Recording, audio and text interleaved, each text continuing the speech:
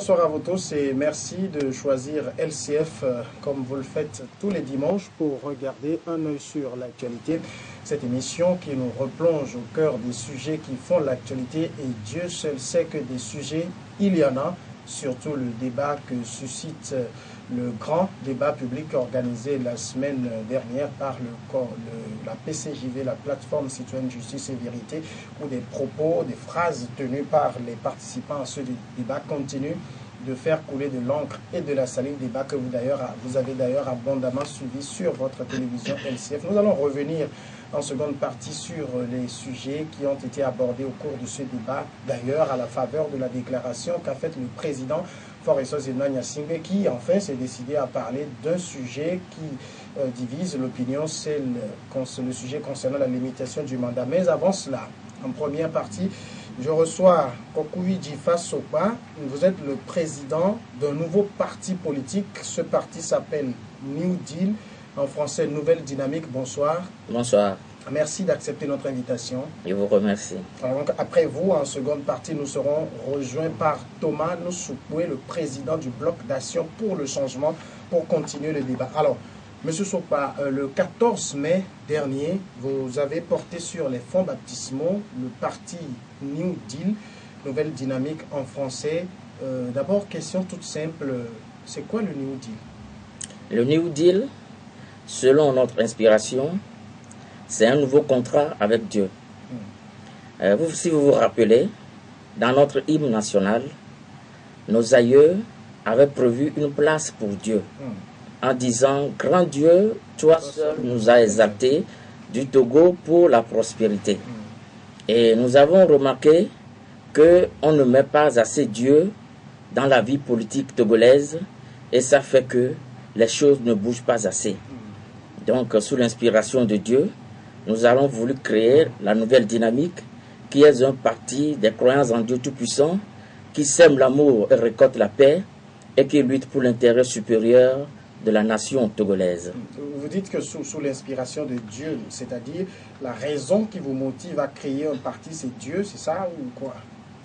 Au fait, Dieu est l'être capital de la nature humaine. Si nos aïeux ont pu mettre dans l'hymne national ce nom et dans la Constitution ce nom, ça veut dire que ce nom pourra nous aider au fur et à mesure pour dénouer les crises politiques et avancer sur la terre de nos aïeux. Vous croyez que vous êtes devenu maintenant politicien, je suppose que vos devanciers, ceux-là qui faisaient la lutte avant, vous ne connaissent pas Dieu? C'est une bonne question, mais les gens ne mettent pas assez Dieu dans leur raisonnement. Ça fait que les gens, quand il y a un problème, ils se mettent sur l'intérêt personnel, alors qu'il faut primer l'intérêt général. Donc Dieu étant l'intérêt général, dans l'amour, tu peux céder ou tu peux faire des concessions pour que la nation puisse avancer. C'est-à-dire au nom de Dieu, on doit faire des concessions, c'est ça? Au nom de Dieu, on doit faire des concessions, on doit faire des sacrifices, on doit accepter, céder pour faire avancer au lieu de vouloir voir l'intérêt personnel et faire capoter les choses. Alors là, vous dites New Deal, c'est-à-dire une nouvelle dynamique. Moi, je voudrais bien que vous nous définissiez cette dynamique. C'est quoi la dynamique nouvelle que vous voulez? En fait, la nouvelle dynamique est simple. Est-ce qu'il s'agit de dire Dieu, Dieu, Dieu et puis c'est fini? Non, mais c'est quoi les actions? La nouvelle dynamique est simple. Nous disons semer l'amour et récolter la paix. Je sais que ça ne dira pas grand-chose aux gens, mais en réalité, tout se fait par amour et le résultat, c'est la paix. Arrivé à un moment donné dans la vie de l'homme, il faut que l'homme s'aime. Il faut que l'homme arrive à la cohésion. Il faut que l'homme mutualise ses forces pour que ensemble nous puissions faire l'unité qui constituera notre réussite. Alors, vous-même, vous êtes un homme de Dieu, c'est ça? Oui. Vous êtes pasteur? Oui. De quelle dénomination? Vous avez votre propre église ou quoi? Bon, c'est un autre débat, mais j'ai quand même eu le récépissé pour installer sur tout le territoire national des centres de prière, des églises. Mais selon le message de Dieu, c'est plutôt apporter le message au niveau de la classe politique togolaise. Et ça fait que ce chemin a été laissé pour que je puisse maintenant entamer le vrai chemin qui constitue l'assainissement de la classe politique togolaise. Alors, assainir la classe politique togolaise, c'est-à-dire vous apportez dans cette classe politique le message de Dieu, c'est ça? C'est ça. Mais vous pensez que ça va être facile à faire, hein, de venir, de dire « Dieu m'a dit de ». Le président de la République togolaise prête serment devant la Cour constitutionnelle en disant en ces termes, devant Dieu, devant le peuple togolais, seul garant de la souveraineté populaire. Ça me permet déjà de commencer à invoquer Dieu pour que le cœur change. C'est nécessaire. Oui, mais en fait, ce que je suis en train de vous dire, c'est que les gens, ils connaissent déjà Dieu. Ils appellent Dieu quand ils tiennent leurs réunions, leurs congrès, leurs meetings. Ils commencent toujours par la prière. Alors, quelle est la nouveauté que vous apportez à La nouveauté, il faut mettre le sacrifice qui est nécessaire. Une œuvre sans sacrifice n'est pas une œuvre parfaite.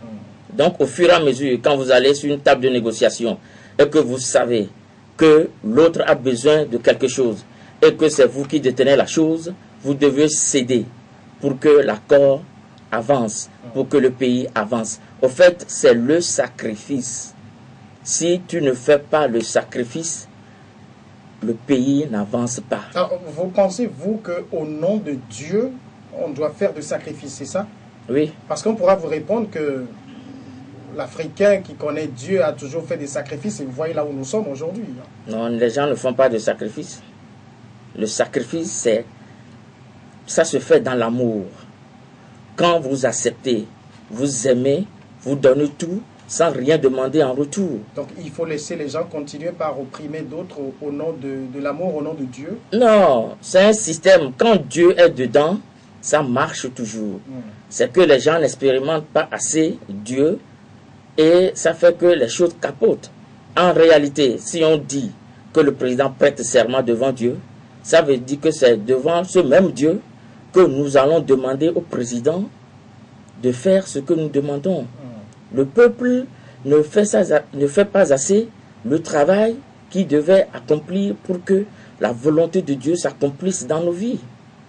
Alors oui, mais maintenant, quels sont les constats que sur le plan social, sur le plan économique, sur le plan sécuritaire, sur le plan sanitaire, quels sont les constats que vous avez faits et qui, en dehors du fait que Dieu vous a dit, quels sont les constats réels que vous avez faits qui vous ont amené à créer un parti politique? Les constats politiques, puisque nous sommes dans la politique.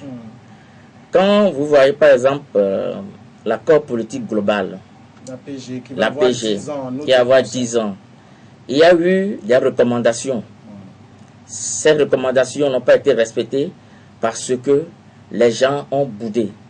Les gens n'ont pas voulu faire de sacrifice. À la veille des élections présidentielles, par exemple, où il y a eu un projet de loi à l'Assemblée, où on demandait à l'UNIDI les compteurs à 0, par exemple, à dire, car disent au moins la moitié.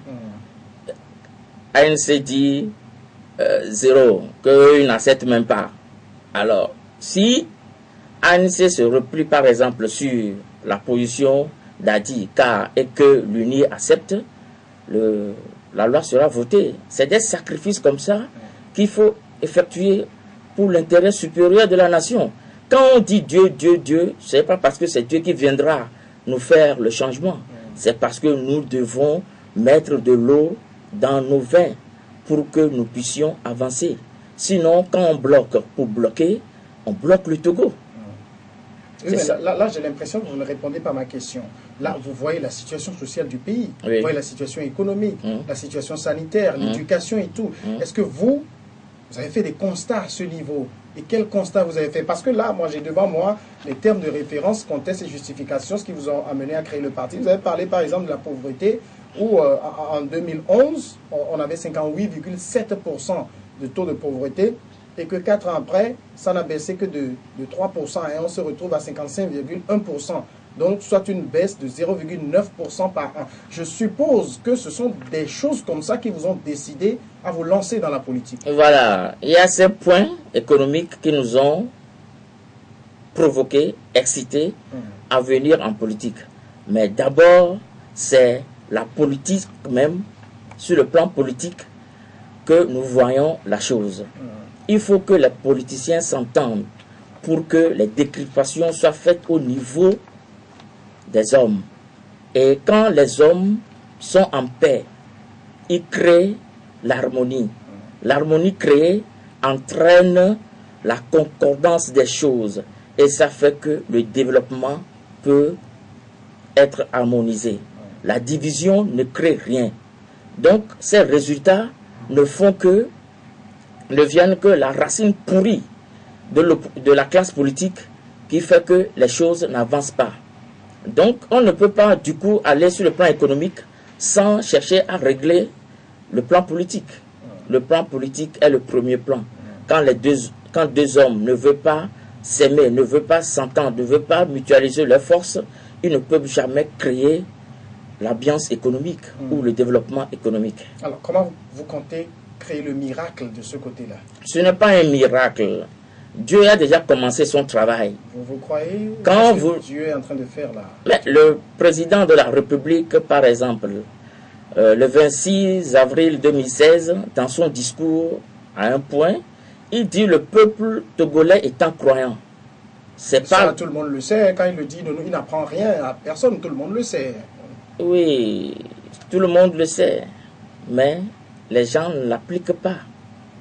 Il faut maintenant appliquer ce que nous savons. Si vous avez des formules qui dorment dans les tiroirs, vous n'aurez jamais les résultats. Il faut maintenant pousser le peuple à appliquer ces formules pour que dans la vie du peuple, le changement s'opère. Comment vous allez le faire? Comment vous pouvez amener ces gens, par exemple? Parce que vous faites un constat, c'est que les gens ne se parlent pas, c'est que les gens ne s'aiment pas, c'est que les gens ne veulent pas se voir. Mais par quelle alchimie vous voulez les amener maintenant à faire ce qu'ils ne savent pas faire? L'alchimie est simple. Semer l'amour. Comment? Semer l'amour. Vous irez leur parler? Nous irons leur parler, nous irons leur expliquer, nous irons leur dire ce qu'il faut faire.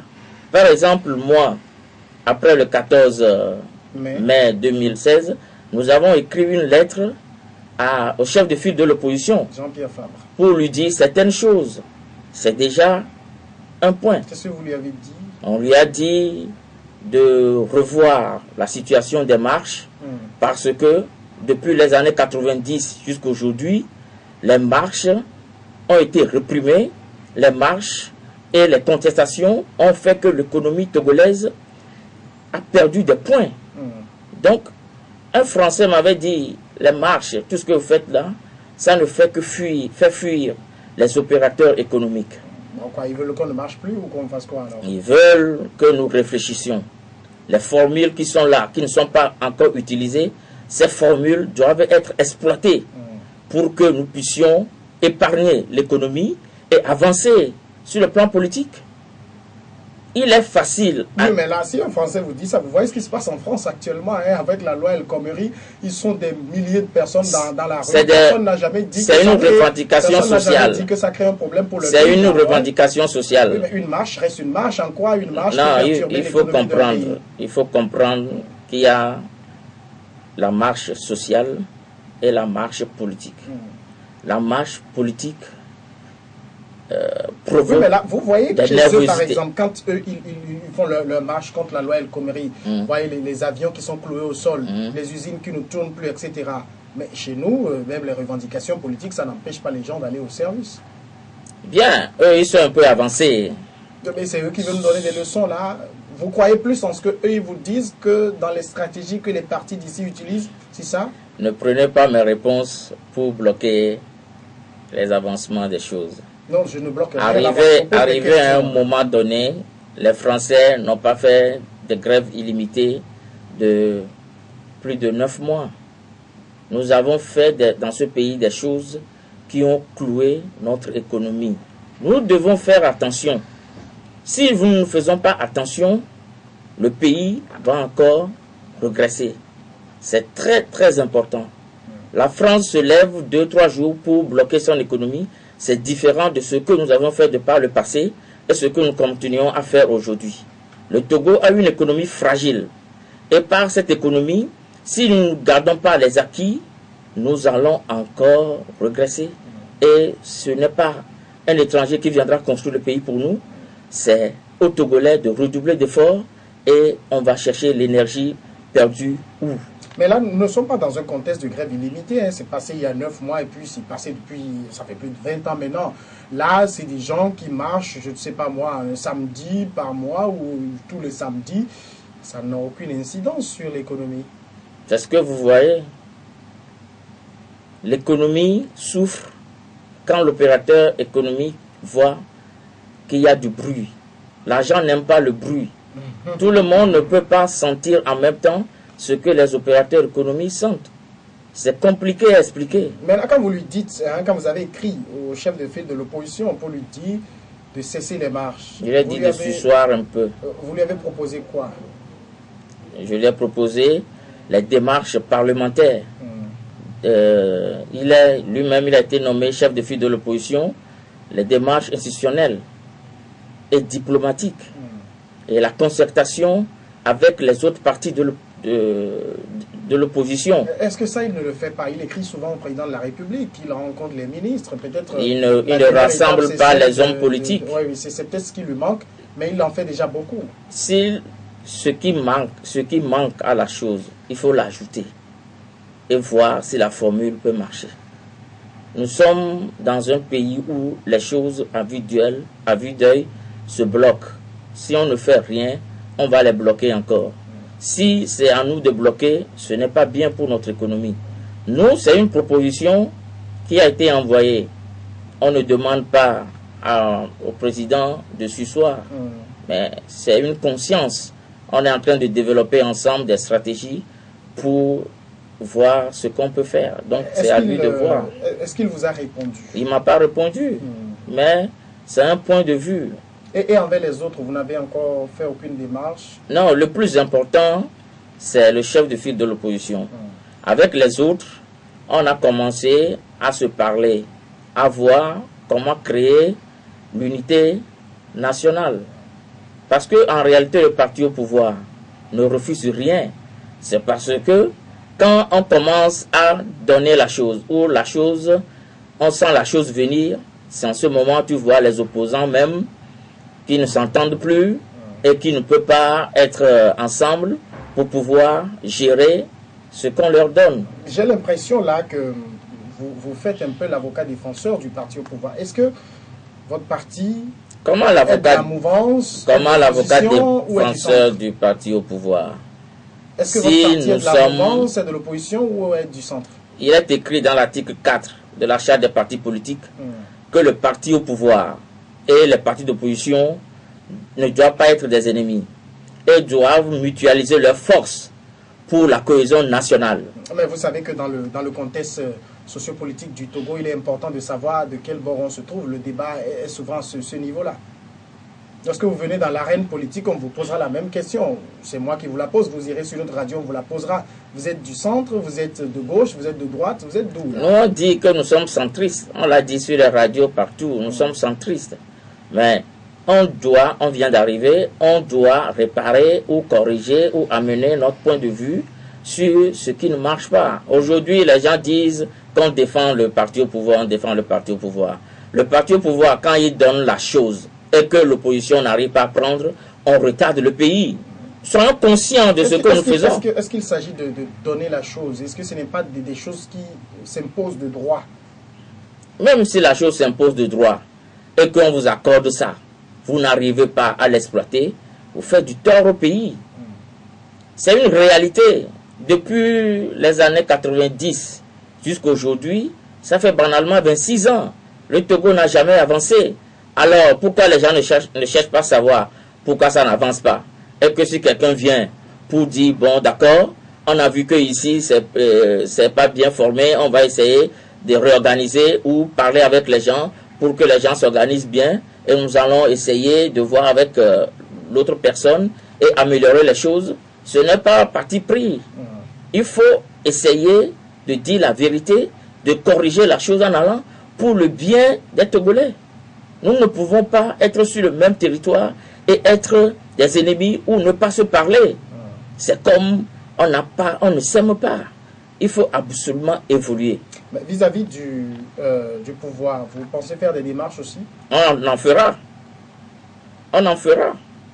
Le pouvoir, c'est écrit. C'est-à-dire, quand je vois aujourd'hui les tests, je vois que les gens laissent les tests et ils font autre chose. Vous savez qu'au Togo, le problème, ce n'est pas les tests. Nous avons de bons tests, c'est leur application. C'est pourquoi il faut semer l'amour, récolter la paix. Quand vous semez l'amour, quand vous faites des concessions, vous faites des sacrifices nécessaires pour que les choses avancent, vous verrez que les choses avanceront tranquillement. Il faut faire des applications. Il ne faut pas rester là pour dire non, non, non, alors que une petite négociation verbale peut changer la nature d'une nation. Il faut avancer. Est-ce que vous avez les moyens de votre politique? Les moyens de ma politique, c'est Dieu. Simplement. Simplement. Comment ça là? Nous ne sommes pas dans une politique fiction, là, dans la réalité. Quand je te dis que c'est Dieu, la question c'est me demander si j'ai de l'argent. Entre autres. Voilà.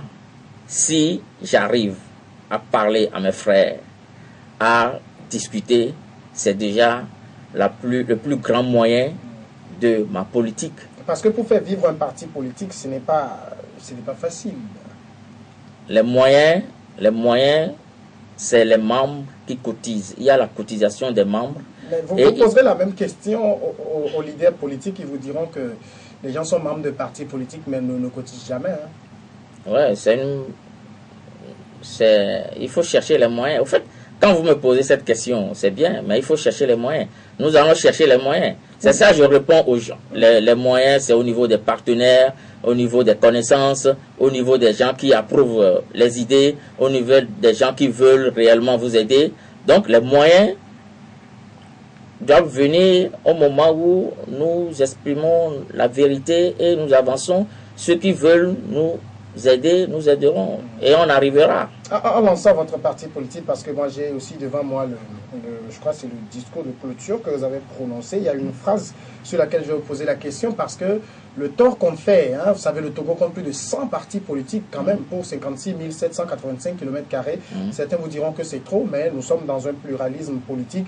Vous avez dit, je voudrais aussi adresser toute ma gratitude aux membres du bureau national, bureaux régionaux, préfectoraux, communaux et aux cellules. Là, tiens, on se dit, il a beaucoup de membres. Mais est-ce que c'est le cas? Oui, nous avons beaucoup de membres. Mais au niveau de Lomé, au niveau de la préfecture du Golfe, on a des membres. Nous avons un bureau à Thévier, dans la préfecture de Sio, la préfecture de Clouto et la préfecture des Lacs. Donc, c'est les membres, c'est des petits groupes de sensibilisation qui ont déjà commencé à sensibiliser sur le terrain. Donc, au fur et à mesure, nous allons essayer de faire des meetings pour sensibiliser encore les gens. Parce que quand nous organisons 2 ou 3 meetings, on voit qu'on dit aux gens de semer l'amour, de récolter la paix. Les gens ne nous demandent pas de l'argent. C'est déjà un acquis. Il faut avancer et changer la mentalité des gens. Parce qu'au Togo, la mentalité fait que les gens ne veulent plus faire la chose. Les gens ont démissionné. Même les plus éminents ont démissionné. Donc il faut faire en sorte que les gens aiment un peu la nation, le Togo, la chose, pour que ensemble nous puissions trouver des points. En réalité, c'est parce que nous sommes très divisés. Il y a tellement de divisions que si on ne fait pas attention, on ne pourra ensemble corriger quoi que ce soit. Alors, mais là, actuellement, vous êtes déjà sur le terrain, comme vous venez de le dire. Vous faites les sensibilisations, vous parlez aux gens de l'amour et tout. Mais au-delà de ça, quel est maintenant votre programme de société, le programme de votre parti? Au-delà de ça, nous pensons réorganiser la vie politique, administrative et judiciaire du Togo. C'est une grande ambition là. Vous n'êtes pas au pouvoir. Comment vous allez réorganiser? Nous pensons, nous avons des techniques. Au fait, le programme d'une société, le programme de société d'un parti s'applique ou s'exécute quand il sera au pouvoir. Mais quand vous me demandez le programme aujourd'hui, qu'est-ce que je dois vous répondre? Je dois vous répondre les grandes lignes de ce programme. Et c'est un programme ambitieux. Mais c'est quand on sera au pouvoir que ce programme peut être appliqué. Ça veut dire aussi que dans vos ambitions, il y a la cession au pouvoir. Un parti politique, en réalité, regroupe les intentions des citoyens. Donc, si vous travaillez bien sur le terrain et que les citoyens acceptent, vous votez au fur et à mesure, vous verrez que vous aurez beaucoup de voix. Et si vous avez beaucoup de voix, ça veut dire que vous pouvez gagner. Donc, c'est mathématique. Donc, le travail se fera sur le terrain. Mais il faut quand même avoir déjà des ambitions de dire je suis présidentiable, je suis premier ministrable, je suis, moi, je sais pas quoi, je peux être député et tout. Il ne faut pas commencer avec des ambitions démesurées. Nous allons au fur et à mesure faire ce qui doit être fait. Et c'est le peuple qui dit réellement les choses. Nous attendons. Mais là, vous savez aussi qu'il y a cet autre débat qui dit que le peuple togolais est démotivé vis-à-vis de la chose politique. Ouais. Ce qui motivera le peuple togolais, c'est semer l'amour et récolter la paix. C'est élémentaire. Oui, mais il me semble que les gens n'arrivent pas à comprendre. Oui, est-ce que ça ne vous semble pas trop facile? C'est trop facile, mais c'est ça qui ambiance la chose. C'est ça qui donne la vie à la chose. Le Togo, c'est l'amour qui peut ressusciter le Togo. Nous sommes là pour ça. C'est facile. Quand je viens chez toi, je commence à parler de l'amour. Tu vas commencer à rire. Mais tu vas comprendre que il est venu ambiancer le coin et puis bon, d'accord, on va voir ce qu'il dit. C'est déjà un petit point. Il faut faire rire le Togolais. Le Togolais est fatigué. Ça fait du bien quand même. Et voilà, donc il faut commencer à faire des petites choses comme ça. Et au fur et à mesure, les gens vont vouloir savoir ce que vous avez dans la tête. Vous allez leur expliquer et vous allez voir que ça commencera à marcher. Mais est-ce que vous ne craignez pas qu'on vous prenne pour un amuseur? Vous savez, quand la chose est élémentaire, c'est en ce moment qu'elle peut rapidement ancrer les choses. Elle peut rapidement évoluer. Donc, la plupart des gens, les gens qui ont de l'argent, par exemple, dans le monde entier, c'est des gens, leurs parents n'avaient rien. Ils ont commencé par des choses élémentaires. Mais au fur et à mesure, avec les grandes idées, ils arrivent au sommet. Donc, nous, on va essayer de commencer par ce chemin. Et on verra ce que la nature nous donnera. En fait, c'est la nature qui comble l'homme de ce qu'il cherche. Donc, on va essayer d'évoluer. Au fur et à mesure, on va essayer de corriger. Au fur et à mesure, on va voir ce qu'il faut faire. Et vous verrez que ça marchera. Et vous vous donnez combien d'années pour y parvenir? Combien de temps? C'est Dieu seul qui sait ce qu'on peut trouver comme difficulté sur le chemin. Mais en réalité, avec semer l'amour et récolter la paix, on peut y arriver rapidement, puisque avec ça, tout le monde rit. Tout le monde se sent à l'aise. Et les gens disent, bon, d'accord, on va essayer de voir. Donc, au fur et à mesure, on peut avancer rapidement. Vous rencontrez déjà des difficultés? Il n'y a pas de difficulté dans semer l'amour et récolter la paix. On ne voit pas de difficultés, puisqu'on ne demande pas l'argent à quelqu'un. Et on lui dit, on ne te donnera pas, mais on sait que le fait que tu t'es amusé avec nous, tu as écouté ce qu'on a dit, bon, essaie de mettre ça en pratique et on verra. Ça commence à créer ou à actionner le changement de mentalité. C'est un point capital. Il faut commencer avec les gens à la base. Et au fur et à mesure, nous allons réussir. Mais ça doit vous intéresser, vous, le débat sur la réconciliation qui a lieu dans le pays actuellement. Si vous venez avec cette idéologie, parce que je suppose que la finalité, ça doit être la réconciliation des Togolais.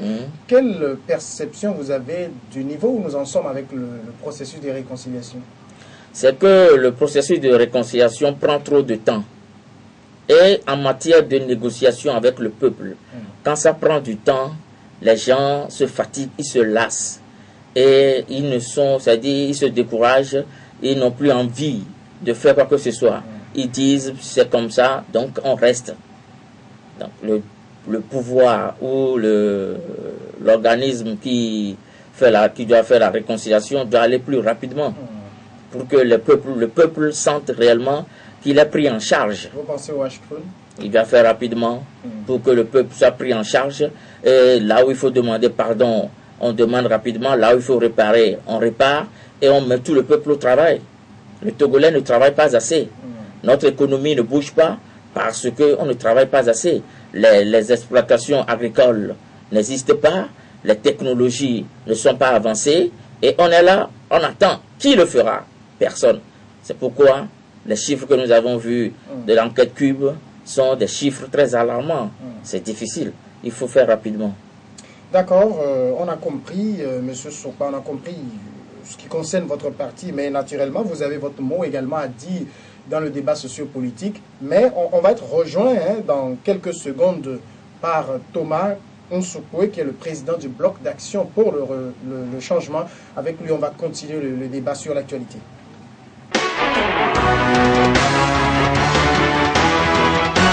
Alors, comme annoncé, nous sommes rejoints sur ce plateau par Thomas Koko Nsukwe, qui est le président du bloc d'action pour le changement. Bonsoir. Bonsoir. Merci de répondre à notre invitation. Merci beaucoup. Alors, vous rejoignez ce débat dans la seconde partie, mais vous avez eu le temps de suivre la première partie de Derrière la baie vitrée. Vous avez entendu le nouveau-né de la politique togolaise. Vous êtes un peu en la matière son grand frère. Tout ce que vous avez entendu de son développement, quel regard vous avez sur cela?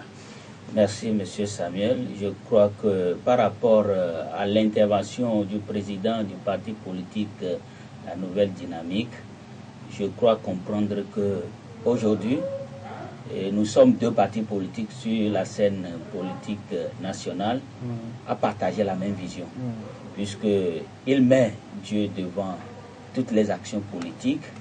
Et je crois comprendre qu'au niveau du bloc d'action pour le changement, nous avons comme slogan Dieu d'abord, Dieu avant tout et Dieu après tout. Et c'est dans ce sens-là que je suis un peu content de participer à ce débat ensemble avec lui pour que nous puissions apporter nos modestes contributions à l'avancement de la politique sur la terre de Rosario. Alors là, vous aussi, vous parlez de Dieu, vous mettez Dieu devant, c'est la même chose qu'il fait, mais vous qui êtes dans cette arène depuis des années, quels avancements vous avez eus avec ce slogan Dieu devant? Qu'est-ce que ça a changé dans le microcosme politique togolais? Merci, M. Samuel. Je crois comprendre que quand vous observez les acteurs politiques togolais, que ce soit ceux de l'opposition ou ceux du pouvoir en place, les gens ont du mal à associer Dieu à la politique. Alors que Dieu est le maître des destins. Et je crois comprendre, puisque une fois quand vous nous aviez reçus sur ce plateau, je vous ai fait comprendre qu'il y a une prophétie sur 1946, la prophétie du 22 septembre 1946 sur notre pays, le Togo. Et comme ce soir vous m'avez encore invité, je me suis dit qu'il est de mon devoir de vous faire lire la prophétie. Parce que les gens croient que nous faisons comme ça la politique. Or, la politique sont bien fondées, c'est l'être humain. Et qui a créé l'être humain? C'est le suprême. Dieu a un plan sur la vie de tout un chacun. Et personne ne peut être chef d'État dans un pays s'il n'est pas élu, investi par Dieu. Mais nous ignorons cet aspect de la chose et ça fait que nous rencontrons en cours de route des difficultés énormes parce que nous n'avons pas voulu associer Dieu à la chose publique. Et c'est ça qui est un peu aberrant. Et c'est dans ce sens-là que nous, au niveau du bloc d'action pour le changement, nous nous sommes dit, tant que nous avons la vie, nous allons continuer toujours par véhiculer ce message pour que les gens sachent qu'il faut mettre Dieu au centre de tout, mais pour que tout puisse aboutir. Avant que vous nous parliez de cette prophétie-là sur le Togo, la même question, je l'ai posée tout à l'heure au président Sopa. Est-ce que vous pensez forcément que mettre Dieu au centre revient à faire de la politique? Est-ce qu'il n'y a pas une autre manière de le faire? Merci. Je crois que par rapport à cette question, notre pays, le Togo, a une histoire. Vous savez très bien que avant que le Togo n'accède à l'indépendance, nos parents ont eu à faire certaines choses. Parce qu'à l'époque, ça a été difficile. Et c'est le Togo qui a commencé. Le Togo devait accéder à l'indépendance bien avant les autres pays. C'est parce que le 27 avril 58. Voilà, il y a eu des difficultés. Et ça a amené les aïeux à aller consulter des oracles pour que les choses puissent bouger dans le pays.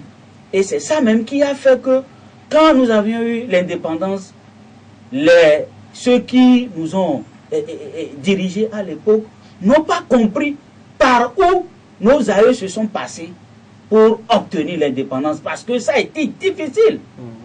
Et bon, nous, ce que l'histoire nous a dit, fait, c'est qu'ils ont lutté, ils ont combattu contre le colon, etc. C'est ce que l'histoire nous a dit, c'est ce qu'on retient. oui, effectivement. Effectivement. Mais derrière tout ça là, il y avait eu des sacrifices. Il y avait eu des consultations.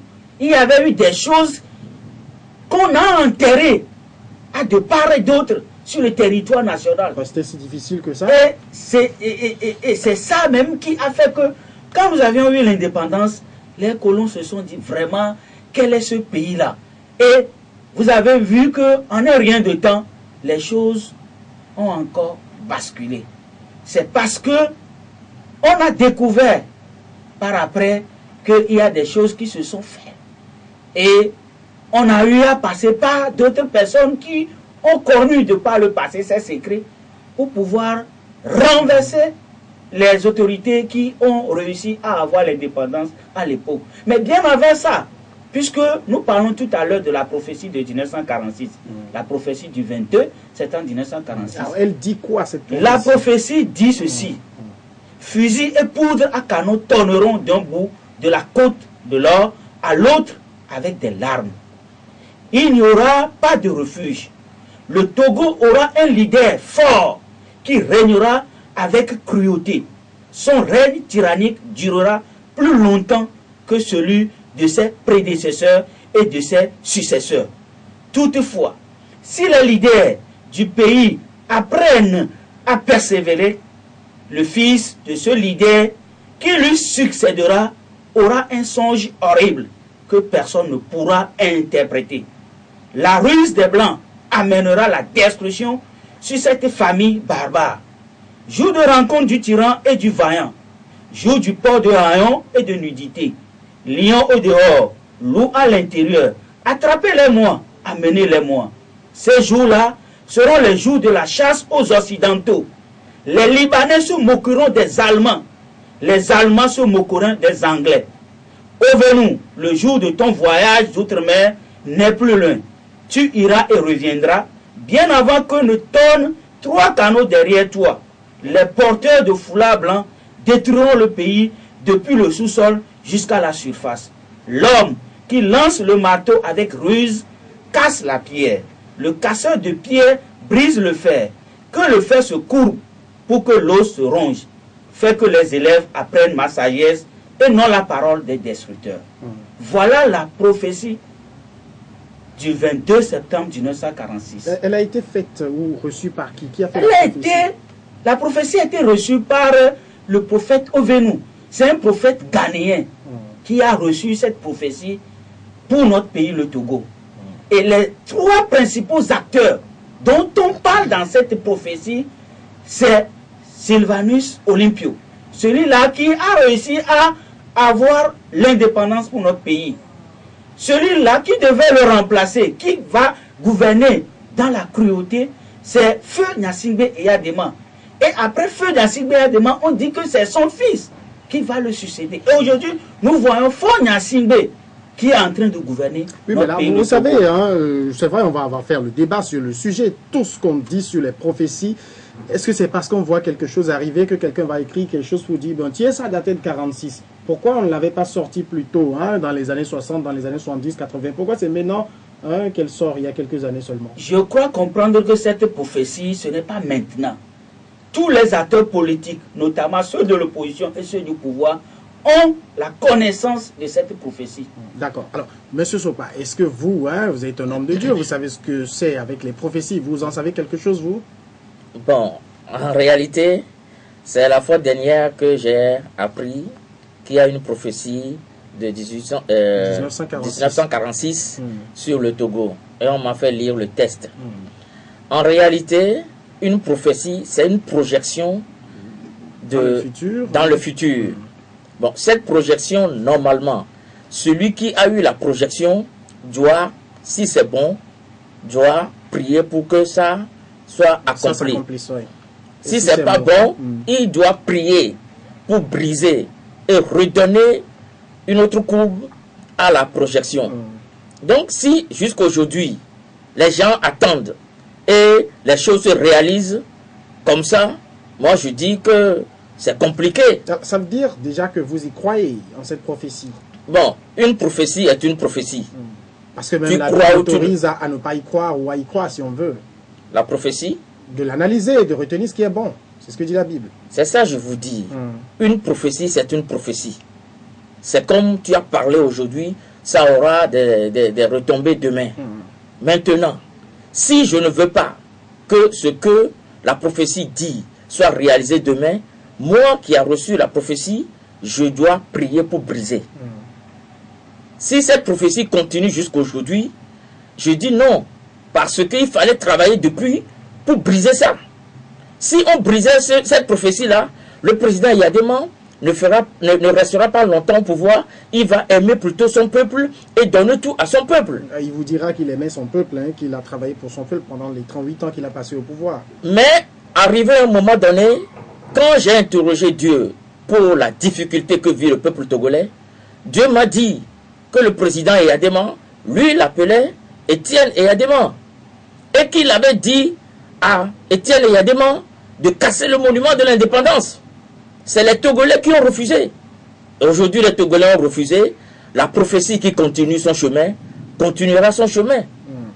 Le président Yadema a changé le nom des Togolais. Personne ne sait pourquoi. Les gens ne se sont pas posé la question. Le président a bloqué l'hymne national. Les gens ne veulent pas comprendre. Il a dit, le président Yadema a dit,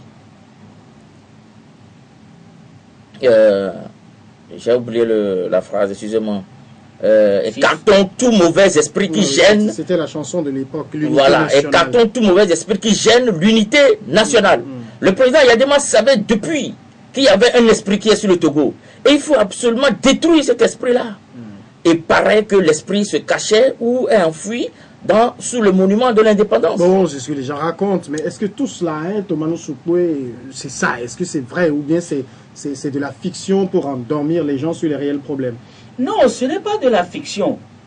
Tout ce que nous sommes en train de raconter autour de ce plateau, comme vient de le dire mon collègue Sopa, nous amène plutôt à comprendre les difficultés que nous avons eues au Togo et à comprendre pourquoi c'est Gnassingbé Yadema et ce n'est pas une autre personne. Pourquoi c'est Faure Gnassingbé et ce n'est pas une autre personne.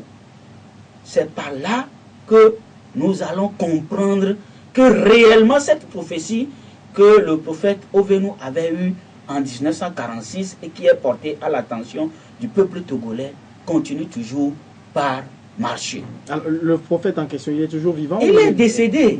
Le prophète est décédé.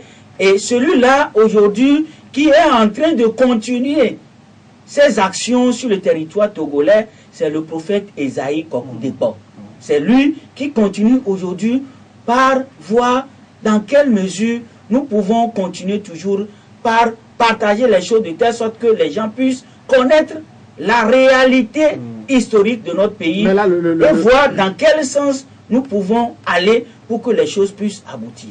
Alors, le pasteur, hein, puisqu'il est également pasteur, il a dit que lorsque vous avez une prophétie, il faut travailler là-dessus pour qu'elle s'accomplisse ou ne s'accomplisse pas en fonction du bon ou du mauvais. Là, est-ce que le travail que le prophète Esaïe, comme vous le dites, fait, c'est de changer le cours de la chose si c'est mauvais, ou bien de faire pour que cela avance bien si c'est bon? Oui, effectivement, par rapport au travail que le prophète Esaïe Kokou-Debo mène sur le territoire togolais, vous devez comprendre que c'est quelqu'un qui a eu à collaborer avec ceux de l'opposition et ceux du pouvoir. Et c'est ça même qui a fait que plusieurs acteurs politiques de l'opposition et plusieurs acteurs politiques du pouvoir maîtrisent la prophétie. Et c'est dans ce sens-là... Mais personne n'en a jamais parlé. Hein? Oui, et c'est dans ce sens-là que le prophète Esaïe a eu à nous envoyer vers le chef de l'État, à nous envoyer vers le directeur de cabinet à l'époque, général Aïeva.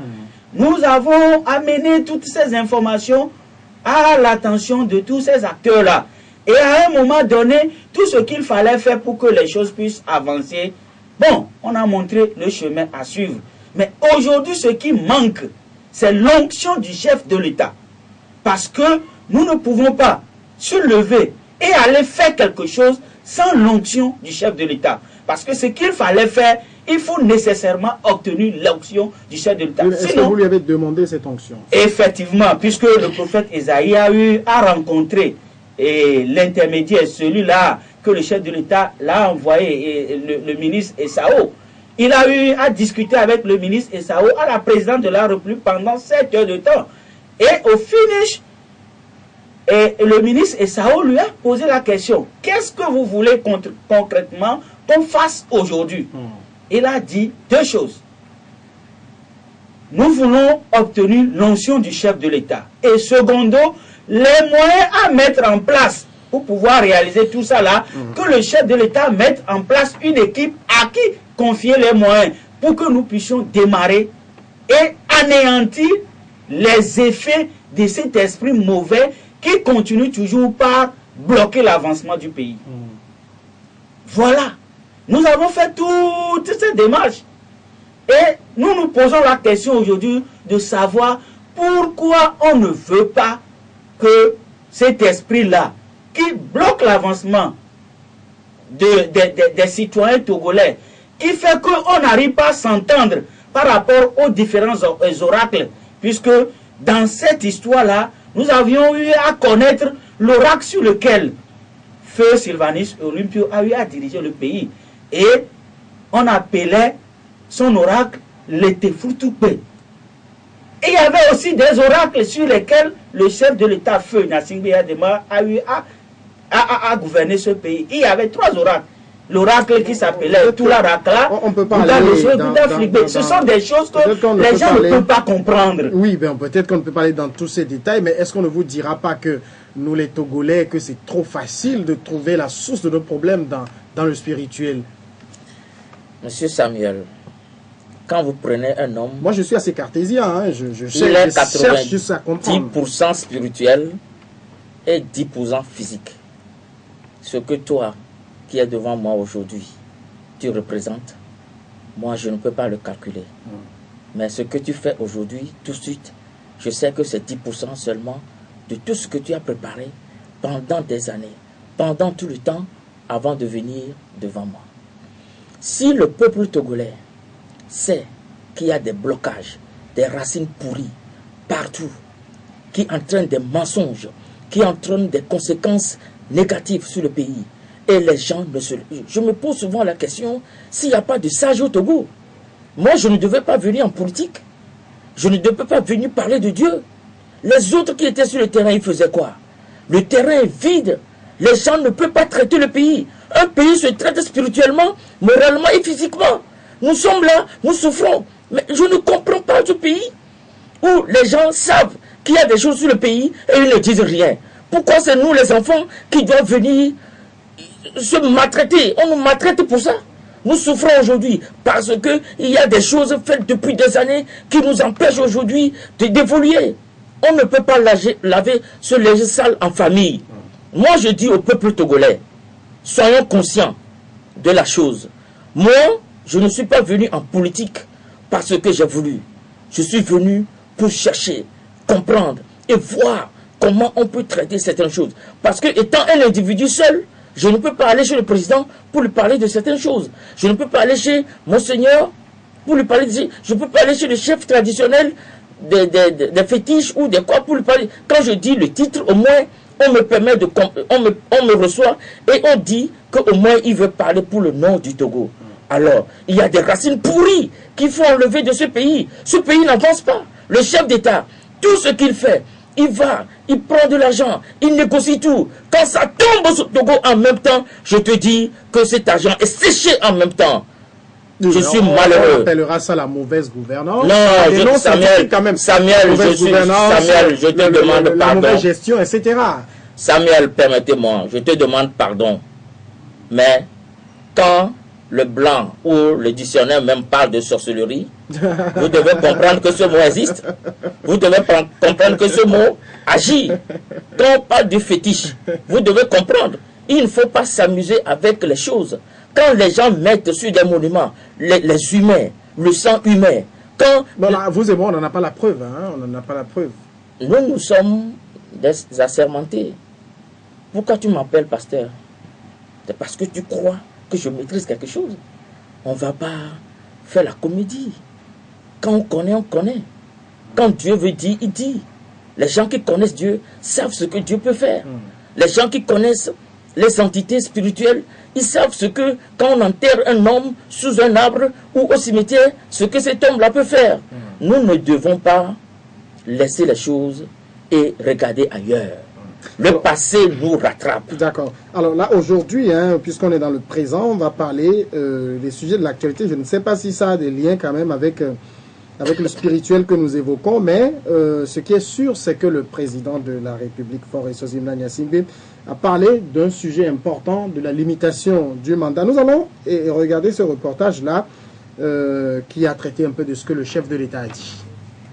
Enfin, peut-on dire, le numéro 1 togolais parle du sujet qui fâche et qui divise toute la classe politique togolaise. Les réformes politiques, notamment la limitation du mandat présidentiel.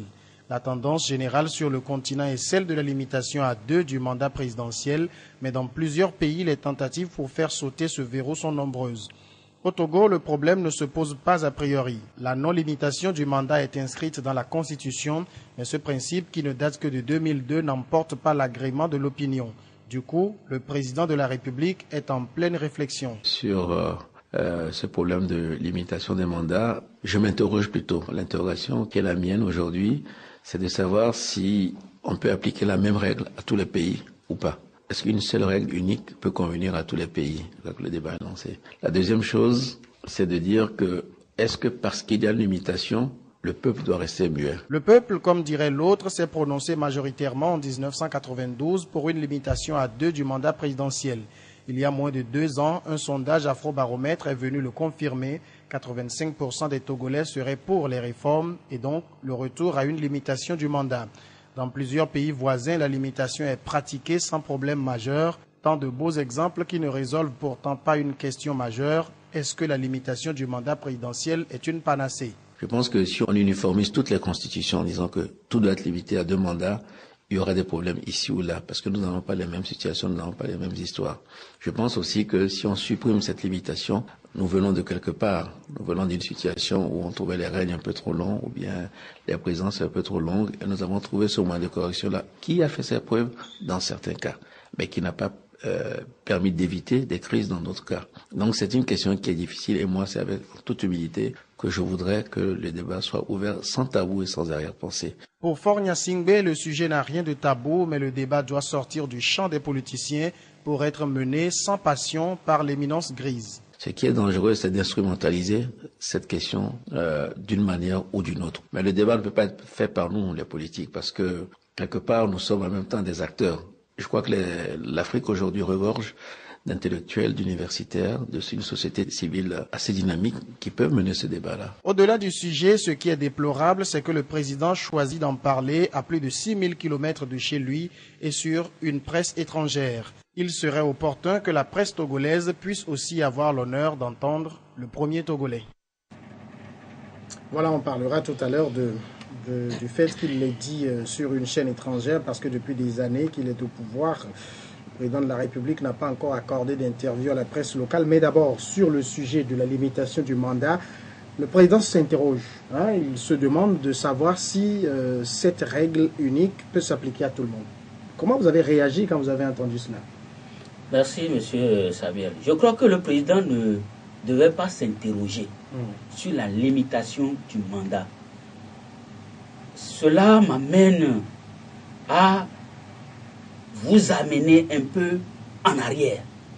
Parce que ces histoires de réforme, ce n'est pas aujourd'hui que cela s'est posé. Vous savez très bien que dans ce pays, il y avait 2 acteurs principaux du pouvoir, notamment Gabriel Mensah-Gbemi-Kodjo et Daoukou Péré, qui ont voulu... Ce qu'on appelait les réformateurs. Les réformateurs. Bien avant ça, je dois vous informer que dans la connaissance de cette prophétie, le prophète Esaïe a eu à écrire au chef de l'État, Feu Gnassingbé Eyadema, le 28 mars 2000, pour lui signifier que la constitution de 1992 doit être modifiée. Parce que... Il a dit au général Eyadema que la constitution de 92 doit être modifiée. Effectivement. Or, cette constitution, c'est le peuple qui se l'est librement donné.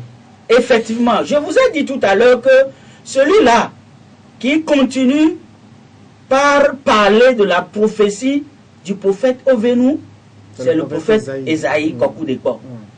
Connaissant la prophétie et sachant que ça va se réaliser et que après le départ du feu Gnassingbé Eyadema, c'est un de ses fils qui doit arriver sur le trône, a commencé par demander au chef de l'État dans des lettres, notamment la lettre du 28 mars 2000 et la lettre du 30 novembre 2000. Et après ça, il est allé rencontrer Agbeoumé Kodjo à la primature au niveau de Kazef le 21 mars 2001 pour lui signifier les démarches que lui, en tant que prophète de la nation, a commencé.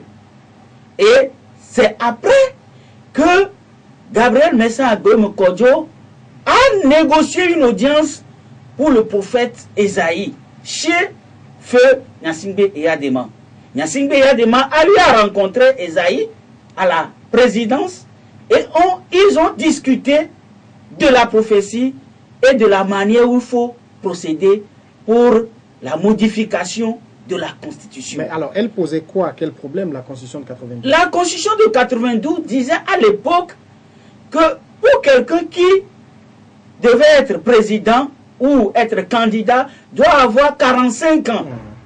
Or, en vue, celui-là que le président a voulu promouvoir... Oui, mais là, parce qu'il n'était pas dans le droit de promouvoir quelqu'un. Oui, il faut le dire. parce que le président à l'époque... Il n'était pas dans le droit de promouvoir quelqu'un. Il y avait des tests bien clairs qu'il fallait respecter. Effectivement. Et c'est pour cela que je vous dirai d'entrée de jeu que le président Feu Gnassingbé Eyadema connaissait cette prophétie avant que le prophète Esaïe n'allait vers lui. En préparant son fils. Et c'est dans ce cadre-là, voilà qu'il était en train de préparer son fils pour lui succéder. Et comme le prophète est allé lui rappeler cela, il a demandé au président de l'Assemblée, Natchaba à l'époque, de voir dans quelle mesure on peut modifier la Constitution. Mais alors, vous savez, votre argumentaire, moi, vous m'excuserez, mais elle me paraît trop facile parce qu'il y avait des tests qu'il fallait respecter. Au nom de quelle prophétie peut-on vouloir imposer autre chose au peuple? Je vous dis que c'est cette prophétie qui a amené Gnassingbé Eyadema au trône. D'accord. Alors, c'est ça. Monsieur Sopa, vous avez aussi écouté le chef de l'État qui s'interroge. J'espère que vous ne vous interrogez plus sur ces réformes-là, sur la limitation du mandat. En fait, le chef de l'État s'interroge. Bon. Est-ce que c'est le moment de s'interroger là? Tout le monde sait ce qu'il faut faire aujourd'hui. Oui. Personne ne comprend pourquoi il s'interroge. Normalement, la presse, vous devez aller chez le chef de l'État pour lui demander pourquoi, Excellence, ce point d'interrogation. Nous sommes là, on reçoit. Bon, alors, on attend qu'il revienne et puis on va lui envoyer une demande d'interview s'il veut bien nous accepter. C'est ça. Parce que le chef de l'État ne vous parle pas assez. Mais là, il ne parle pas assez, il ne parle pas du tout à la presse. Mais là, il a dit clairement, je m'interroge, est-ce que, je répète sa phrase, est-ce qu'une seule règle unique peut s'appliquer à tout le monde? Mais là, tout le monde sait. Par exemple, on ne se demande pas aujourd'hui si l'ordinateur que les Blancs ont inventé est utile à tout le monde. C'est utile. Là, on sait que la limitation est appliquée dans beaucoup de pays et que ça marche. Alors, pourquoi il faut encore s'interroger sur l'utilité de la limitation du mandat? Bon, le chef de l'État est dans ses raisons. Nous attendons. Vous avez peur de dire quelque chose pour offusquer le camp présidentiel, c'est ça? Non, en réalité, quand vous ne maîtrisez pas encore ce que la personne propose ou la personne veut dire, vous ne pouvez pas du coup commencer à parler. Sinon, en 92, par exemple, et les universitaires et la société civile, les partis politiques, tout le monde avait accepté voter cette constitution en 98%. Donc, si le chef de l'État dit aujourd'hui que les universitaires et la société civile vont encore ajouter quelque chose, peut-être qui ne se trouve pas encore dans la Constitution. Nous, on attend pour que le chef de l'État fasse la proposition et on verra, puisque la proposition faite ira à l'Assemblée. Et les députés vont voter. S'il y aura blocage, s'il n'y aura pas blocage, s'il y aura négociation, il n'y aura pas négociation, c'est à la classe politique de voir. Le chef de l'État s'interroge, c'est bon, nous allons attendre la proposition qu'il va faire au peuple togolais. Alors, Thomas Kokounoussouko, vous êtes au courant des recommandations de la CVJR qui a dit clairement, noir sur blanc, qu'il faut limiter le mandat à 2. La PG l'a dit également. Le HCRUN qui est chargé de mettre en œuvre ces recommandations doit travailler là-dessus. Mais s'il y a déjà tous ces travaux préalables qui ont été faits, est-ce qu'on doit encore commencer par s'interroger pour se demander s'il faut limiter le mandat? C'est pour ça que je disais tout à l'heure que le chef de l'État ne devait pas s'interroger sur la limitation du mandat. Parce que lui-même, il sait que si Dieu n'avait pas voulu que la Constitution de 1992 soit modifiée, lui ne peut pas arriver à la tête de ce pays. Parce que en 2005, il n'avait pas 45 ans. Il avait 39 Si ans. on n'avait pas modifié la Constitution en 2002. Donc il doit comprendre que Dieu a permis que la Constitution soit modifiée pour que lui, il arrive au Donc là, pouvoir. ce que vous dites- Maintenant qu'il est arrivé au pouvoir et qu'ils sont allés à un dialogue et on a eu à signer L'accord des politique choses global, dans l'accord politique global, il doit comprendre automatiquement que la limitation de mandat est devenue un acquis pour la classe politique togolaise. Et c'est dans ce sens-là que nous disons qu'il ne devait pas encore s'interroger sur la limitation de mandat. Et il sait aussi qu'il y avait un accord entre l'UFC et le RPT. Dans cet accord, la Est-ce que limitation cet de accord mandat n'est aussi pas- est obtenue. Est-ce que cet accord n'est pas, n'est pas déjà mort? Non. Je ne veux pas employer le mot caduc, hein, mais est-ce qu'il n'est pas déjà mort? On ne peut pas dire aujourd'hui que l'accord politique global est mort. Non, pas l'accord politique global, l'accord RPT UFC. Si l'accord RPT-UFC est mort, pourquoi on doit encore envoyer un Octave Olympio à la Hague? Aujourd'hui, c'est Octave Olympio qui est le vice-président De la Hague. de la Hague. C'est cet accord qui a permis à celui-là d'être là où il est aujourd'hui. Donc ça veut dire que l'accord RPT-UFC continue toujours. Et l'APG aussi continue parce que dans l'APG, il y avait eu des recommandations, la CVJR, tout ça là, il y avait ça. On a mis en place la CVJR. La CVJR lui a travaillé et dans les recommandations de la CVJR, c'est écrit noir sur blanc, la limitation de mandat présidentiel à 2. Et le scrutin uninominal majoritaire à 2 tours. Donc le chef de l'État, à l'heure où nous sommes, ne devait plus s'interroger. Alors, peut-être à sa décharge, hein, puisque la question qui lui a été posée pour qu'il réponde de cette façon est une question d'ordre général. Il lui a été posé de se prononcer sur les pays qui aujourd'hui tentent de faire sauter le verrou de la limitation. Mais là, il a dit qu'il s'interroge, mais il n'a pas encore dit exactement ce qu'il pense pour son pays. Mais vous, en tant qu'acteur politique aujourd'hui, quand vous regardez l'APG, quand vous regardez la CVJR, est-ce que vous ne pensez pas qu'il est temps de réaliser ces recommandations-là? Samuel, je vais un peu revenir en arrière. Quand monsieur le président parle de prophétie, je voudrais lui dire que la prophétie n'a pas de règles. Quand on dit qu'il y a une prophétie, c'est comme les véhicules prioritaires. Donc, quand leur prophétie marche, ça veut dire que les accords qui sont en cours seront pas exploités.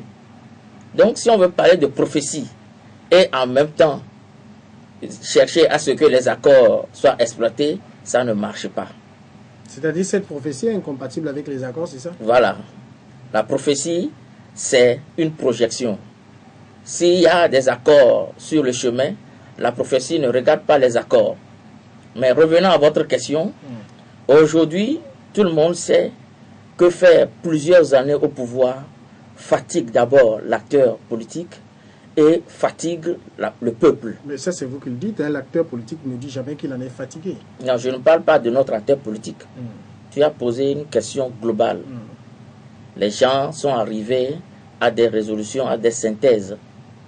Le président qui fait 2 mandats, 3e mandat, il commence à être fatigué et il ne peut plus travailler avec de nouvelles têtes.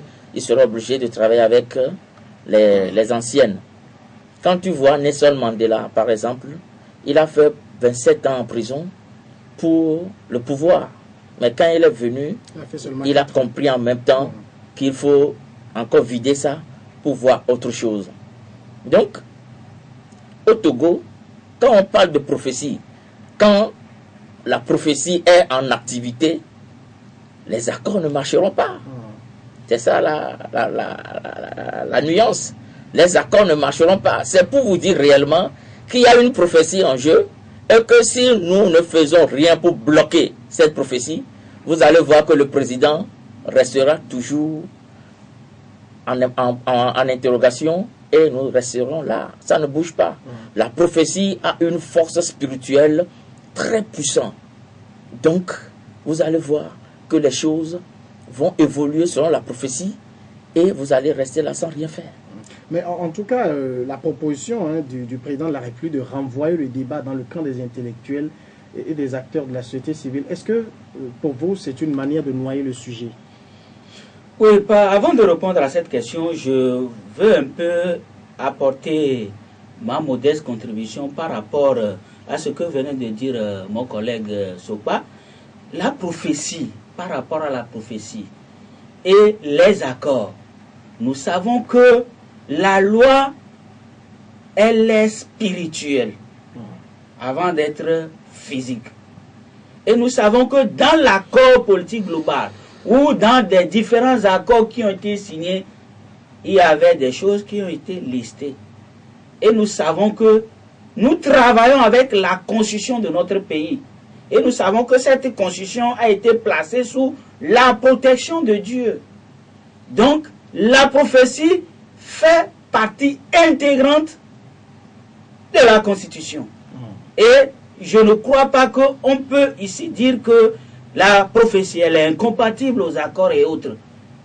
Pour continuer, je dirais... un sujet sur lequel effectivement. Vous ne vous rejoignez pas. Pour continuer, je dirais probablement que il n'y a plus question de confier quoi que ce soit aux intellectuels, aux universitaires aujourd'hui. Si c'est dans d'autres pays africains, tant mieux. Mais par rapport à notre pays, le Togo, et en tenant compte de notre histoire, il ne revient pas de balancer les questions de réforme dans les mains de quelques intellectuels ou de quelques universitaires. Si nous prenons le président de la CVJR, en la personne de Monseigneur Bariga, qui, dans ce pays, peut nous dire aujourd'hui que ce monsieur-là n'est pas un intellectuel. Non, il faut faire de grandes études. Il faut faire de grandes études. Il l'a fait. Il l'a fait. Et si par après la CVJR a dit qu'il faut la limitation de mandat et le scrutin uninominal majoritaire à 2 tours, je ne vois aucun intellectuel ou aucun universitaire dans ce pays aller contre la proposition faite par la CVJR. Et c'est dans ce sens-là que moi je dirais qu'il ne faut plus perdre le temps aux Togolais. Le chef de l'État, dans un premier temps, a eu à dire que pour les questions de réforme, tout sera discuté et voté à l'Assemblée nationale.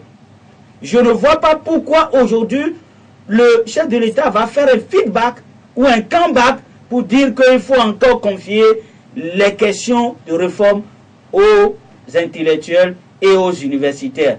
Je crois que pour ne pas perdre du temps, à nous les Togolais, il faut que le chef de l'État demande aux députés qui sont les représentants du peuple de voter les propositions ou les projets de loi qui entre-temps ont été déposés à l'Assemblée pour que le peuple puisse obtenir au moins la limitation de mandat et le scrutin uninominal majoritaire à 2 tours. Maintenant, pour ce qui concerne les réformes économiques, les réformes sociales, nous pouvons, puisque le HCROUN a été créé, et nous savons que du 11 au 15 juillet, le HCROUN est en train de prévoir un atelier qui va rassembler, nous les acteurs politiques et ceux de la société civile, pour discuter. Et je crois que dans ce cadre-là... Cet atelier est déjà décrié, hein, notamment par l'ANC qui a envoyé un courrier à la présidente pour lui signifier que ce n'est plus le moment, parce que l'atelier c'est pour réfléchir sur les réformes, que ce n'est plus le moment de réfléchir. Tout le monde sait ce qu'on doit faire. Oui, je disais tout à l'heure que pour ce qui concerne les réformes, nous savons qu'il y a plusieurs réformes à faire. Il y a les réformes constitutionnelles, les réformes institutionnelles, les réformes économiques, les réformes sociales. C'est dans ce sens-là que nous disons que par rapport aux réformes constitutionnelles, il faut rapidement que le chef de l'État demande aux représentants du peuple à l'Assemblée de passer au vote pour que nous puissions obtenir et la limitation de mandat et le scrutin uninominal majoritaire à 2 tours. Après ça, maintenant, on peut continuer par réfléchir par rapport aux autres réformes. Quant à ce qui concerne les réformes institutionnelles, les réformes économiques, les réformes sociales. Je crois que c'est nous, notre proposition au niveau du bloc d'action pour le changement. Alors, enfin, si vous avez quelque chose à ajouter là-dessus. Je voudrais dire à M. Thomas que des fois, la vie est compliquée. La vie... Là, il le sait bien. Oui, il le sait bien. Mais quand il a une prophétie en main qu'il soutient, il doit comprendre que cette prophétie-là empiète sur les réalisations futures. Donc, la prophétie ne fait pas partie de la Constitution. C'est une prophétie faite ailleurs et qui évolue tranquillement. Au lieu de vouloir dire au chef d'État de faire ceci, de faire cela, ils doivent traiter la prophétie. Une fois que la prophétie est bien traitée, le chef de l'État entre en jeu en même temps. Parce que Dieu met en application le nouveau traitement. La prophétie n'est pas encore traitée.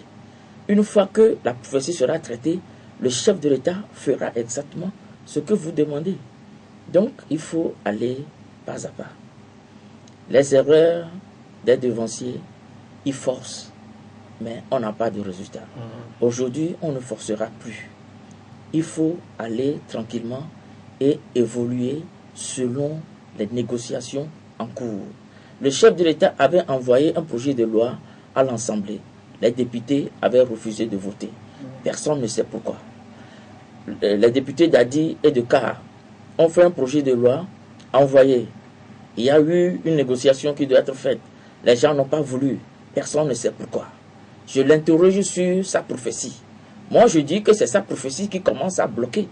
Parce que dans sa prophétie, on n'a pas écrit quelque part qu'il faut voter les accords et on n'a pas écrit quelque part comment on va faire les élections pour que le fils dont il parle dans la prophétie soit au pouvoir ou quitte le pouvoir. Donc, il y a des points là-bas qu'il faut développer. Maintenant, je vous écoute pour votre question. Je crois qu'on va fermer la page. non, je pense que par rapport à ce que... On va pas on a dit là dans la prophétie que l'homme qui lance le marteau avec ruse... Bon, la prophétie, c'est quand même énigmatique. C'est énigmatique. En tant que ceux-là qui sont en train de promouvoir cette prophétie-là, nous savons ce qu'il faut faire. Bon, là, ils savent dire que c'est votre prophétie qui bloque les choses. Non, c'est pas notre prophétie. C'est pas notre prophétie qui bloque les choses. Parce que nous ouvrons les yeux. Monsieur Thomas. Nous ouvrons les yeux. Monsieur Thomas. Allez-y, vous avez la parole. Et je ne connais pas exactement le verset, mais il y a une partie dans la Bible où le prophète est parti dire au roi qu'il doit mourir. Le roi dit... C'est Ésaïe qui a dit ça. Ésaïe qui a dit ça. Ézéchias. Il dit que non. Que moi, j'ai fait ci et ça pour l'Éternel, que je ne peux pas mourir. Le prophète est parti. Quand lui il a commencé à dire à Dieu que non, Dieu a redit au prophète de revenir lui dire qu'il doit faire encore 15 ans. Ça veut dire que le prophète, le roi Ézéchias a bloqué cette prophétie, a demandé à Dieu, non, jamais, ça n'arrivera pas dans ma vie. C'est ce qu'il devait faire là-bas. Les gens ne travaillent. Moi, c'est hier seulement que j'ai eu cette prophétie. Moi, je ne connaissais pas ça. Mais je sais qu'il y a un travail à faire. Quand le travail est bien fait, le peuple togolais reprendra son cours normal. Et là, justement, peut-être le débat s'impose pour savoir pourquoi vous faites vos actions pour que la prophétie se réalise et non pour qu'elle s'arrête. La prophétie, normalement, ne doit pas se réaliser. Nous ne faisons pas nos actions pour que la prophétie se réalise. La prophétie s'est déjà réalisée. Parce que dans la prophétie, on a parlé de 3 acteurs. Et les 3, on les connaît. Le premier, c'est Sylvain Solutio. Le deuxième, c'est Nyasimbe Yadema. Et le troisième, c'est... On va faire la page de cette prophétie-là. Parce qu'on ne finira jamais à s'entendre, puisque ça relève d'un monde... Effectivement, parce que la prophétie a déjà travaillé. Maintenant, pour anéantir les forces négatives, nous devons aller trouver une solution au deuxième étape pour le faire. Voilà. Maintenant là, s'agissant de la limitation du mandat, puisque le président dit que le débat va être mené par les intellectuels et autres, quelle doit être l'attitude maintenant de la classe politique de l'opposition? Au fait, la nouvelle vision des choses, normalement la classe politique doit aller chez le président pour l'interroger. Qu'est-ce qu'il veut exactement? Et le président va répondre. Moi, je ne souhaite plus que les gens restent dans leur coin pour poser des questions, pour ne rien faire. Aller droit chez le président, demander au président exactement ce que nous devions faire, et ensemble, ils vont trouver des solutions. C'est ce qu'il faut faire. C'est la même chose que vous croyez qu'il faut faire? Oui, effectivement, par rapport à ça, moi, je sais que pour ce qui concerne les réformes, et sachant pertinemment que c'est au chef de l'État de conduire les réformes, vous avez eu à connaître nos positions de par le passé. Bien avant les élections présidentielles, nous avions eu à demander au peuple togolais de voter pour Nyasimbe pour qu'il puisse faire les réformes. Aujourd'hui, vous avez changé d'avis? Non. Du moment où nous avons appelé la personne, où nous avons appelé les citoyens togolais à porter leur choix sur la personne, et que ça a été fait, c'est pour un but, parce que nous avons voulu que le chef de l'État fasse les réformes. C'est pour ça qu'aujourd'hui, nous lui disons qu'il faut aller à ces réformes le plus tôt possible. Dites-moi, est-ce que c'est tellement compliqué au Togo de faire les réformes? Parce que regardez le cas du Bénin. Il a pris fonction il y a quelques semaines à peine. Il a déjà mis en place une commission pour réfléchir sur la Constitution. C'est tellement simple, ça coule comme de l'eau sur de la roche dans d'autres pays. Mais chez nous, ça paraît tellement compliqué. Effectivement, et c'est pour ça que je vais un peu rejoindre mon collègue. J'espère que vous n'allez plus revenir sur la prophétie. Non, oui, je vais rejoindre un peu mon ami Sopa en disant ceci. Il est bien vrai qu'aujourd'hui, c'est le chef de l'État qui doit nous aider à faire les réformes. Mais il faut aussi soulever certains aspects de la chose. Les réformes devaient se faire depuis. Mais ce sont nos grands frères de l'opposition qui ont bloqué les choses. Mais ce ne sont pas eux qui sont aux affaires, hein. Tout le monde jette le torse. Oui, ce ne sont pas eux qui sont aux affaires. Je vais quand même vous expliquer. Parce que après la signature de l'accord politique global, il y a un gouvernement d'union nationale qui a été mis en place à la tête de laquelle, duquel il y avait Maître Ayovi Agboibo. Mais bien avant la formation de ce gouvernement-là, nous avions eu à entendre de part et d'autre que il revenait à quelqu'un de l'UFC de prendre la primature. Mais après, c'est Agboibo qui a été nommé Premier ministre. Et ils devaient aller tous au gouvernement d'union. Voilà. Mais dans la formation du gouvernement, l'UFC a refusé de prendre part parce que l'UFC a dit à l'époque que non, qu'il ne revenait pas à Agboibo de prendre la primature. Et ça a fait que Agboibo aussi, quand l'UFC a eu à signer l'accord avec le RPT et que tous les papiers sont faits, le CAR a eu à dire au RPT et à l'UFC à l'époque que c'est dit dans la PG qu'on devait faire ces réformes de façon consensuelle.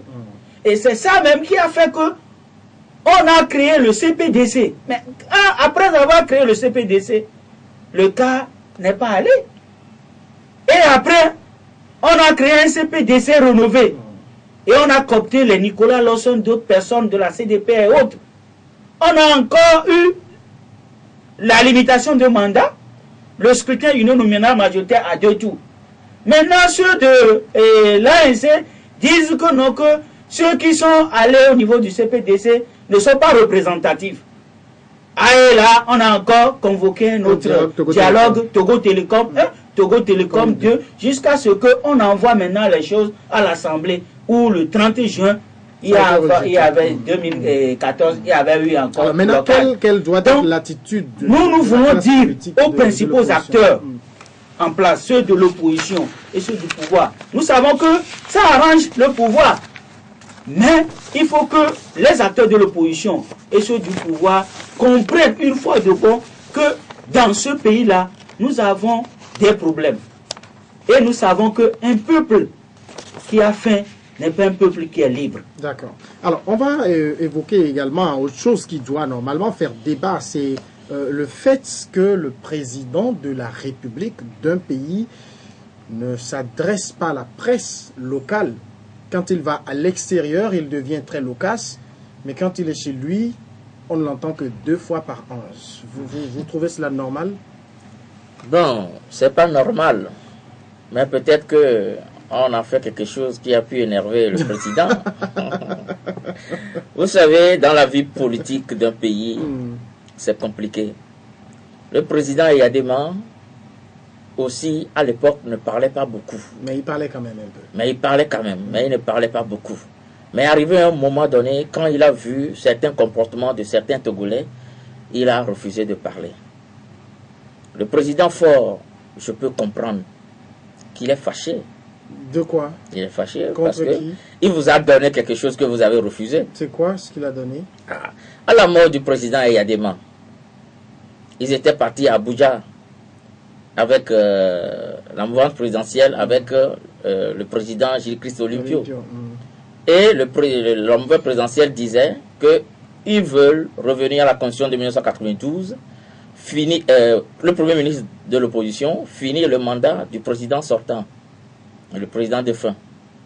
Mais la classe politique de l'opposition a refusé. Et ça fait que le cadeau qu'il a voulu donner au peuple togolais a été refusé. Mais le cadeau, c'était quoi? Mais vous savez, en temps de crise, le Togo est un État spécial. On n'a pas besoin de faire la guerre, ou on n'a pas besoin de faire d'avoir des difficultés avant de comprendre qu'il faut une transition. Donc, quand vous êtes acteur politique, il y a des conceptions, des négociations rapides qu'il faut accepter pour faire avancer les choses. Quand la situation s'est posée, il fallait vite accepter. Quand vous entendez même revenir sur la Constitution de 1992, on accepte tout d'abord. Oui, mais là, c'est pas ça qui fait qu'il ne parle pas. Qu'est-ce qu'il fait parce que quand on dirige un pays et qu'on fait des actions, il faut communiquer, il faut parler avec la presse. Quand tu es un peu fâché aussi, on ne parle pas. Donc là, nous avons un président qui est fâché, selon vous? Pourquoi vous ne lui posez pas la question? Mais c'est vous qui dites qu'il est fâché. Moi, je trouve que souvent, dans nos habitudes traditionnelles ou dans nos familles, quand le papa est fâché, il ne parle plus beaucoup. C'est tout ce que j'ai voulu dire. Parce que quand papa est fâché, le président de la République, c'est comme notre papa. Quand il est fâché, il ne parle plus beaucoup. Quelqu'un d'autre vous dira que celui qui dirige est comme un dépotoir, qu'il n'a pas à se fâcher pour... Vous croyez en la théorie du président qui est fâché? Non, moi, je ne pense pas. Je ne pense pas que le président est fâché.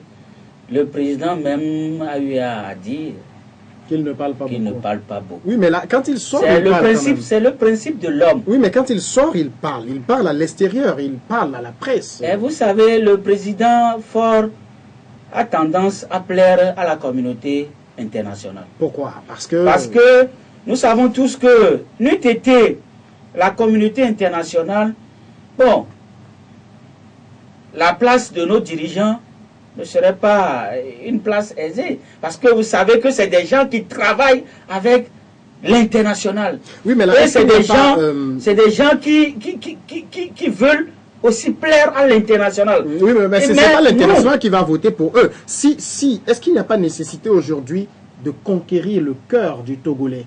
Parce que vous vous rappelez, aux élections 2015, quand il a parlé, les gens l'ont apprécié. Ils ont su que le président, il comprenait vernacular, il parlait évé, il parlait kabye, il parle français. Les gens ont aimé entendre le président s'exprimer. Effectivement, il faut savoir quel mot placer.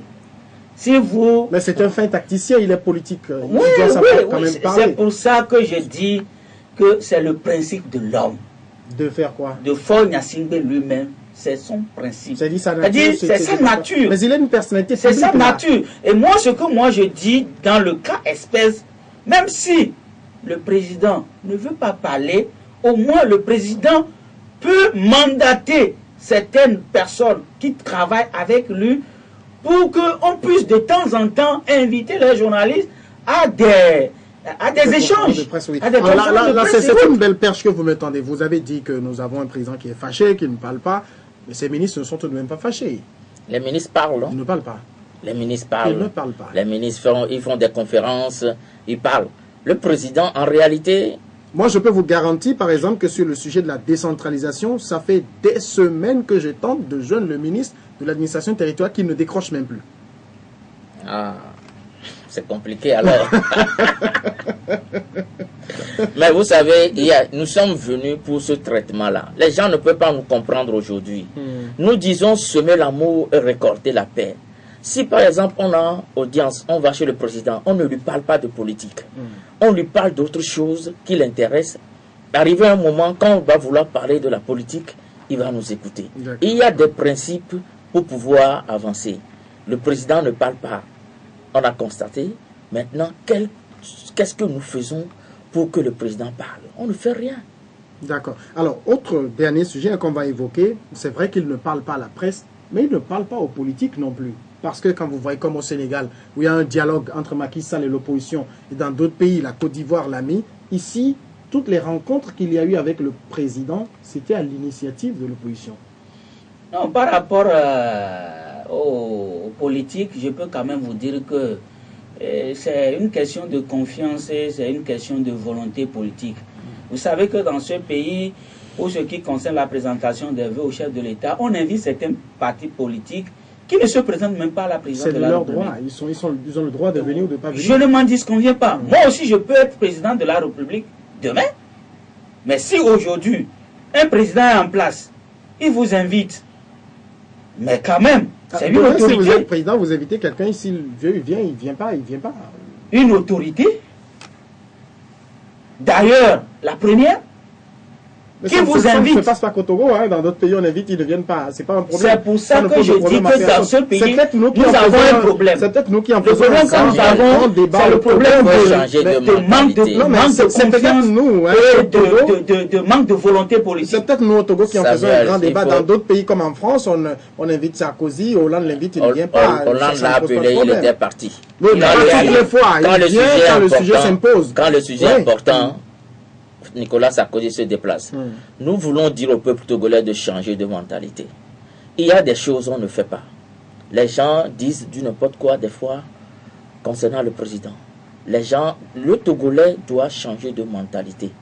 Nous devons, je ne dis pas, il faut aimer nos institutions.